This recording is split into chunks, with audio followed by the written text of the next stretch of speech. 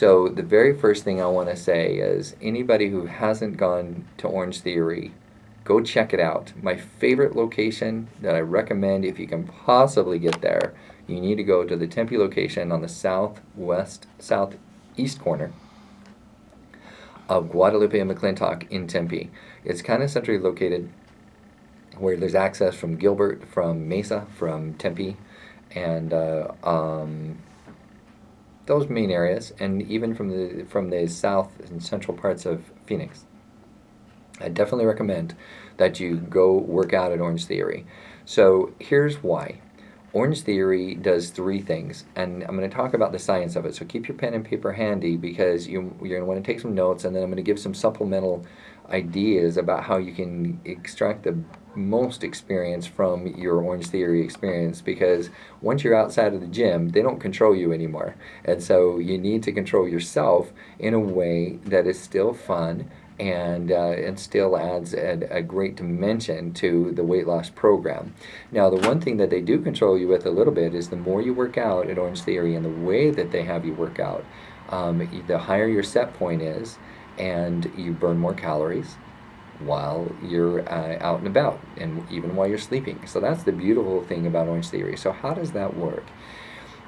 Let's talk about the experience when you first walk into Orange Theory. When you first get in there, you're going to be greeted by wonderful, beautiful, handsome staff members. They all tend to be very, very wonderful people, some of the nicest people I've met, and they're such great, friendly people. This is not a place where Mr. Universe trains. Okay, this is for average, normal people like us that want to go out there and get in shape and have a nice, friendly atmosphere. So there's nobody looking down at anybody's nose at you. When I was there, we were able to talk to a young woman who was so excited. She heard about it on the radio, and she came down to enroll in Orange Theory, and she had one arm. And I thought, what an amazing young woman to come down here and decide that she wanted to get in shape utilizing Orange Theory. She was so shy, and I just shared with her the encouragement of, you know what, same thing that we've been discussing on the air so far is have a great experience. It is a great experience, and we just want to be the best that we can be, whoever that is. And I shared with her that I lost 10 pounds in the first week. I'm not telling everybody they're going to lose 10 pounds, but if you work at it, you follow the formula that they give you, then you're going to lose some substantial weight. It's going to vary for everyone, but I don't care who you are, what your situation is, where you might be thinking, I don't know, it's just not for me.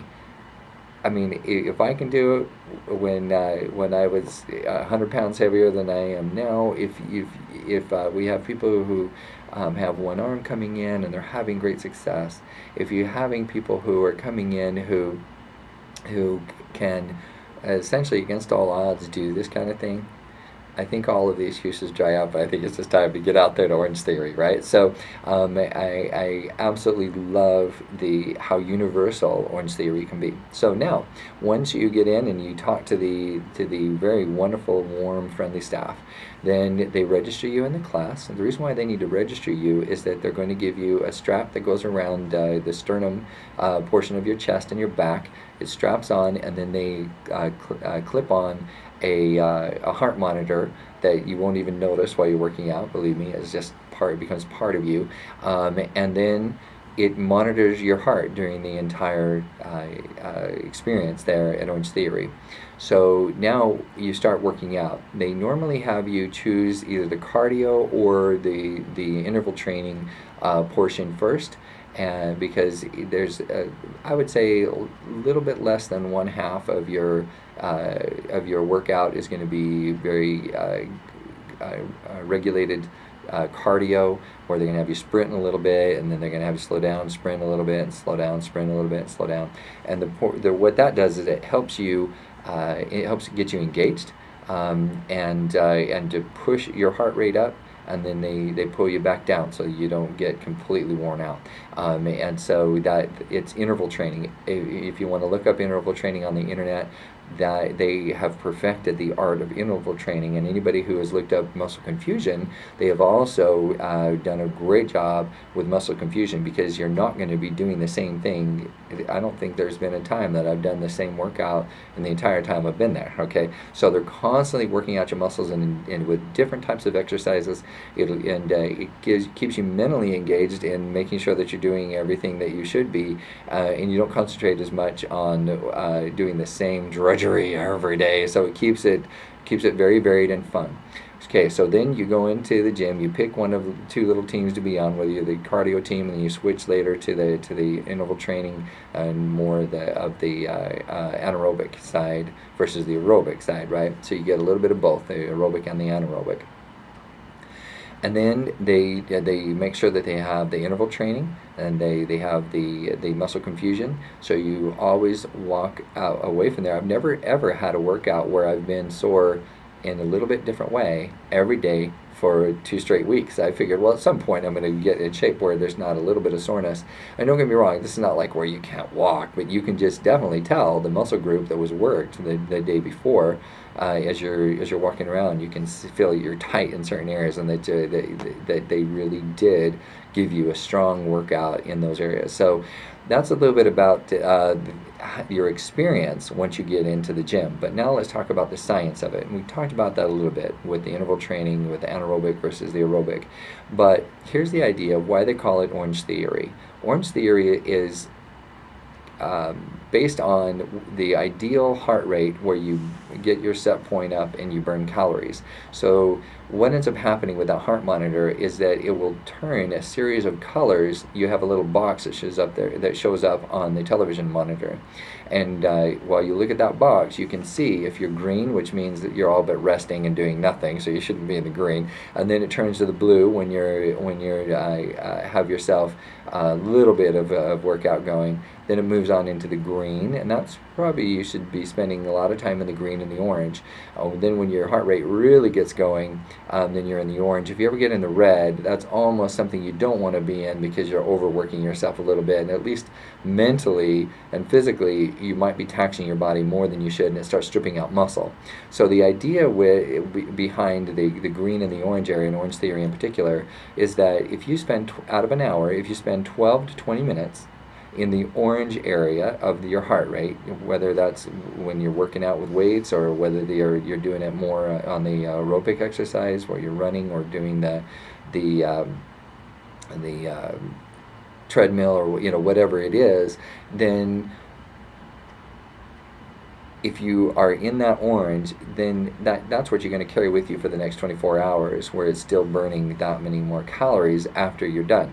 Now, so if all you did is stay in the green area, that's good, and that's more the anaerobic exercise, so you're building muscle, and that's good because you don't want to strip out your muscle. But if you're in the orange, you're getting yourself more in shape. I would call it more cardiovascularly in shape, and then you do the anaerobic exercise to increase your muscle mass. So with me, I actually increased my muscle mass by 3 percentage points during that 2-week period, and lost 10 pounds at the same time. So I was gaining muscle, losing fat. That's exactly what we want to do. And then another indicator came up that just surprised me half to death. I was so excited about it. Is that I was at 120/80, so I was pretty much in shape. I mean, that's what everybody says. The good average person who's in shape would be 120/80 on their heart rate, on their what's the blood pressure? Blood pressure, not heart rate. My resting heart rate is actually around 64, 68, and I had to correct that because I actually thought it was at 108 at one point, and the doctor just about had a heart attack herself, wondering why my heart rate was so high. But that was because I had just worked out and hadn't done full resting. But so 120/80 is ideal, but I am now at a 111/71. And so I actually came down even further than the average in shape person. And so what ends up happening is the more you get in shape, the harder it is to get in the orange, because your heart rate is your blood pressure is lowering, and so you have to work out really hard.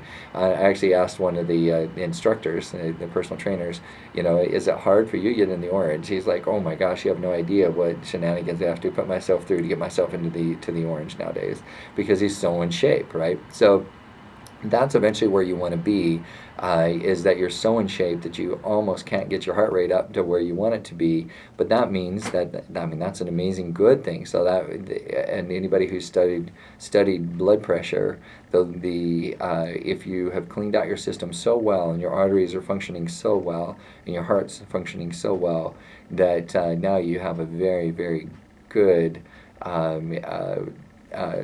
system for your heart to be inside of. So it gives you good heart health, and it's going to extend your life. So this is a little bit about the theory of Orange Theory, and now I want to talk about, looks like we're just about ready to go to break, so I want to talk about some of the things you should do supplemental to Orange Theory. Oh, by the way, another part, you want to take note on this, is that they will actually give you nutrition training. So there's so much misinformation out there. There's so many fad diets out there. There's so much misinformation and myths that are spread about how to lose weight, that they don't want you to eat in such a way that it strips out your muscle. So a couple of ways to make sure you're not stripping out your muscle. It's great to have a lot of fruits and vegetables. Nothing wrong with fruits and vegetables. Eat lots of them. Absolutely, absolutely, absolutely, absolutely. But don't forget the protein. Because if you're working out heavily like that and you don't have protein, I'm going to let you select what kind of protein, even though I'll give you some ideas. The type of protein that you want to have is clean protein. If you're going to eat meat, make sure that you eat the white meats, the chickens, the poultry, the white meats of different kind. Some people say pork is okay, but maybe that isn't okay for the way you eat. It just depends. Try to stay away from the red meats as much as you can. And then also there are other types of protein. There's whey protein, there's pea protein. So if you are a vegan, you can actually go out there and buy the concentrated pea protein that they pull out of peas. Not that I recommend it, even though the hemp protein is something that they make. They don't have any of the THC, I guess is what it's called.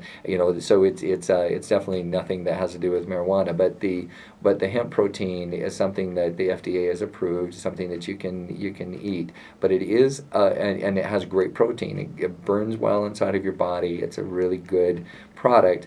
However, taste-wise, probably not so good. So it's just up to you what you want to do. And then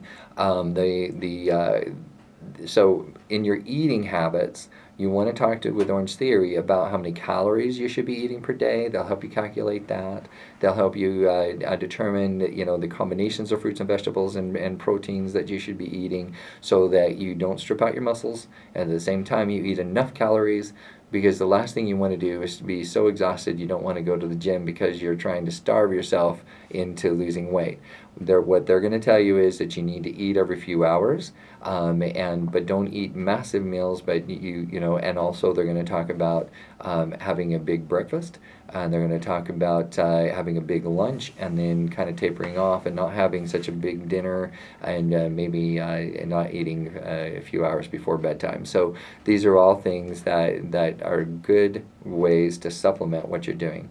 And when we come back from break, we are going to talk about some of the things that have almost nothing to do with Orange Theory, little tidbits of that I want to give you encouragement and ideas about how to maximize your experience at Orange Theory. So don't go away. We'll be right back after the break. This is Kurt Wilhelm, your host of the Social Universe, here on World Talk Radio and Voice America. We'll be right back.